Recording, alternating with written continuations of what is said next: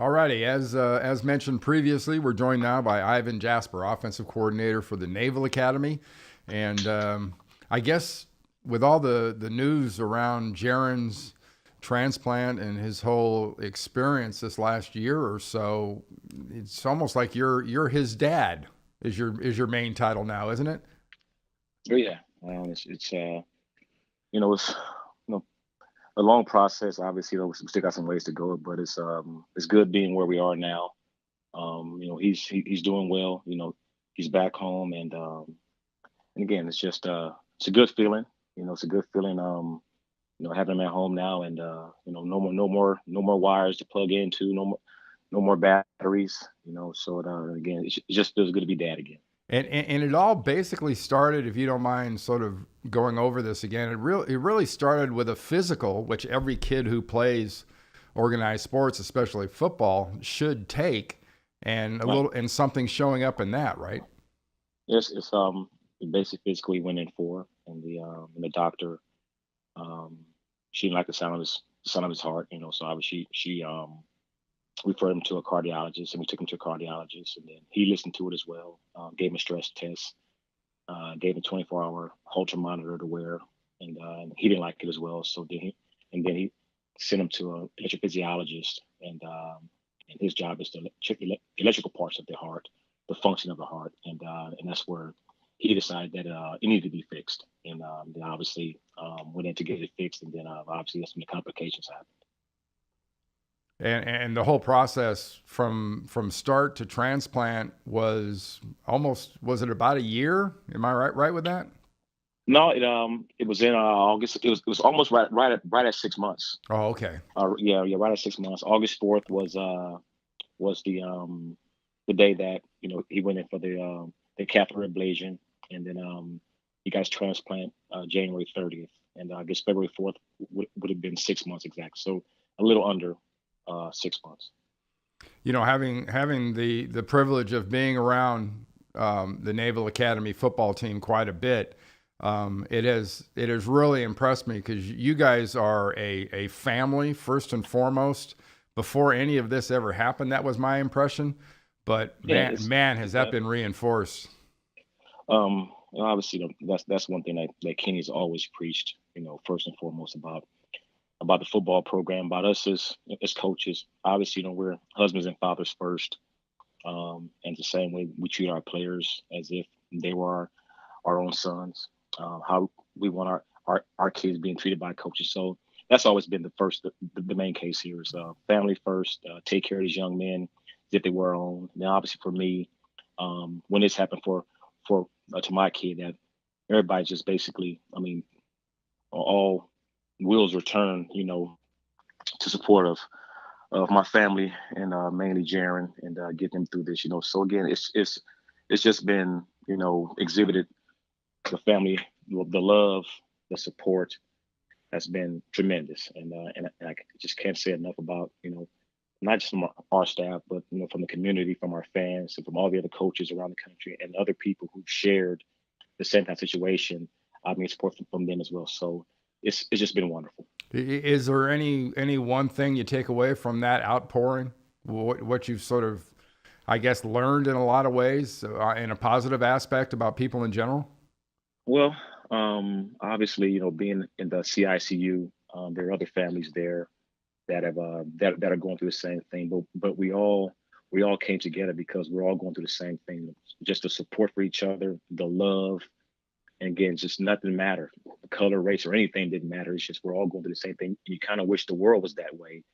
Obviously, it's unfortunate, something like we have to be in a situation where things aren't going great, for each family for things like that to come together, but you wish the world can be like that, where just nothing matter, where we just, you love your brother for who he is, your neighbor for who they are. It doesn't really matter, but again, that's just the one thing, that we've taken from this whole situation is that, being able to see someone going through the same exact thing that you're going through and being able to embrace them and feel their pain and support them as well, because again, it was a tough situation for us to be in.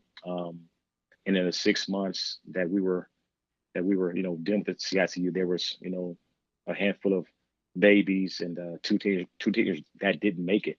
So it just really makes Jan's situation and being able to receive a transplant. You appreciate it a lot more because again, I mean, there were some unfortunate cases there where some babies and two teens didn't make it. So we're just thankful. Again, just glory to God first, and just thankful to the donor family. That they made the choice to donate life. Yeah, I mentioned that last week in podcast because we went over. We actually showed the pictures of you and the family and some of the people from the hospital in front of the banner for the donations for the giving organs Yes. group, and that's something I did. I guess last time I did my license, here in the state of Georgia, I just checked that box, and it just seemed like a natural thing to do. But how many people really don't know how easy that is? I mean, it's like you say, you do it unconsciously, but it's so important that that the awareness you know, be made more. People got to become more aware of just doing donation because again, we've been there again for 6 months, and just seeing, just even donating blood is a tremendous thing to do. Donating plasma definitely is important.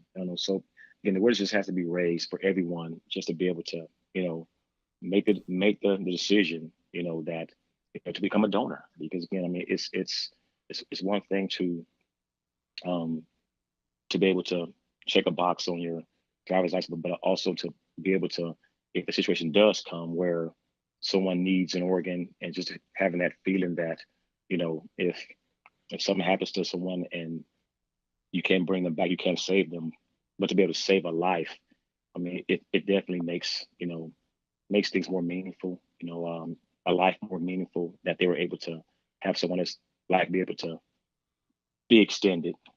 Because of that. So it's something that again that we've learned.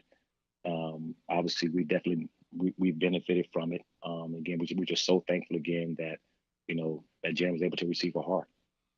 So he's home. He's, like you said, he's not hooked up per se, and putting weight back on. I know that was an issue early on, through most of the process.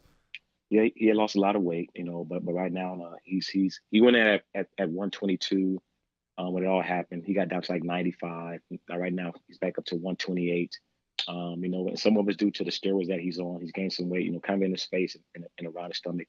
He definitely doesn't like that, but it's just part of the process. There's a lot of medication that he's on right now, and over the next months and the years, as he gets better and gets stronger, they will start to wean him off those other medications that are causing some side effects. Then it'll come down to just maybe a handful of medication that he needs to take. But right now, he's doing well. He gets sleep in his own room. He gets up and walks around the house and eats breakfast, and he goes and plays his video games, and he's still doing his schoolwork. Today we have a tutor coming at noon to catch him up on what he's missed since he's been in the hospital. So right now we're in a good place right now, and just looking to push forward. For you, Ivan, a football coach is a very consuming job for people that don't understand how much time there is. It's not just football; it's recruiting, it's everything else. Will your job ever be kind of normal from now on? I would like to think so, and our goal is to get back. We want our lives to be as normal as it can possibly be. Again, and that's the goal. For us to get back to our normal lives, for Jarren to be able to go back to school, to be able to play sports, to be able to run around and play any sport he want. Football stuff that we might have to talk about, but other than that, we want to get back as normal as it possibly can. And for me and my job, obviously, last year wasn't a great year for us, especially on offense. And again, just for me personally, that's always I take that upon myself. That's my responsibility, and again, I'm not using anything as an excuse. We just didn't have a great year, so my focus is to get us back to where we were before, to be more efficient, obviously to be better in the red zone, to take care of the football, to just need to do a great job of that last year, and there's no excuse about it. We need to get better, and so for us moving forward, again, for me personally in my life, my family, it's just to be normal, and my job wise is to be the same. I don't think anything should change. I want to be the same as it's always been. Well, Coach, God bless you and your family and the whole Navy football family. So happy for you and everyone else that Jarren's come through this, and everyone has truly been Jarren strong. Thank you, man. Appreciate it, Randy. All right, Ivan. Thank you. Thank you.